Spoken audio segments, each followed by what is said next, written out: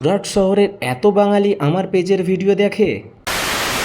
আজ আমি বেরিয়ে পড়লাম সুরাট শহরের রামপুরা পেট্রোল পাম্প থেকে সোজা পাম্পিং দিকে। পাম্পিং চত্বরের অনেক পরিচিত বন্ধু আছো যারা আমার ভিডিও দেখো বা এই চত্বরে আসা যাওয়া করেছো। এরাম কে কে এই পাম্পিং চত্বর চেনো কিন্তু এটা অবশ্যই কমেন্ট করবে। পাম্পিং থেকে সোজা চলে গেলাম আমি সৈয়দপুরা বাজারের ওই সাইডে। ওখানে যেতেই কিছু ভালোবাসার মানুষের সঙ্গে দেখা হলো যারা আমার ভিডিও দেখে। ফেসবুক থেকে আর্নিং হোক বা না হোক সেটা বড় কথা নয়, কিন্তু এই ধরনের মানুষের কাছ থেকে ভালোবাসা পাওয়া এটা কিন্তু কোনো রকমের পয়সা দিয়েও কেনা যাবে না।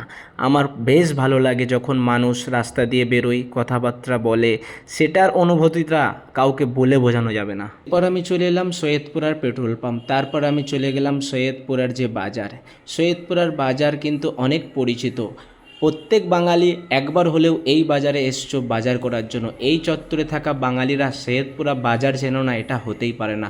সুরাট শহরে সৈয়দপুরা বাজার কে কে চেনো সেটা অবশ্যই কিন্তু কমেন্ট করে জানাবে। তারপর আমায় ডাকলেন সৈয়দপুরা বাজারের পাশেই এক বাঙালি চায়ের দোকানের দাদা। এই দাদাও আমার ভিডিও দেখে। দাদার দোকানেই ছিলেন আরও কিছু বন্ধু যারা আমার ভিডিও দেখে। বন্ধুদের বাড়ি হচ্ছে পূর্ব বর্ধমান জেলার ভাতার এলাকার রায়নার ওই সাইডে।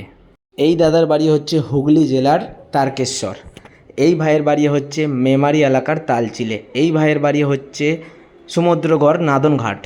সুরাট শহরে থাকা প্রত্যেক বাঙালি ভাইদের অসংখ্য ধন্যবাদ, এবং পশ্চিমবঙ্গের বিভিন্ন জেলা থেকে যারা আমার ভিডিও দেখেন তাদেরকে অসংখ্য ধন্যবাদ। সুরাট শহরে কারা কারা আমার ভিডিওটা দেখছেন, আপনি সুরাট শহরে কোথায় থাকেন, অবশ্যই আপনার সাথেও দেখা হলে হবে একটা ভিডিও।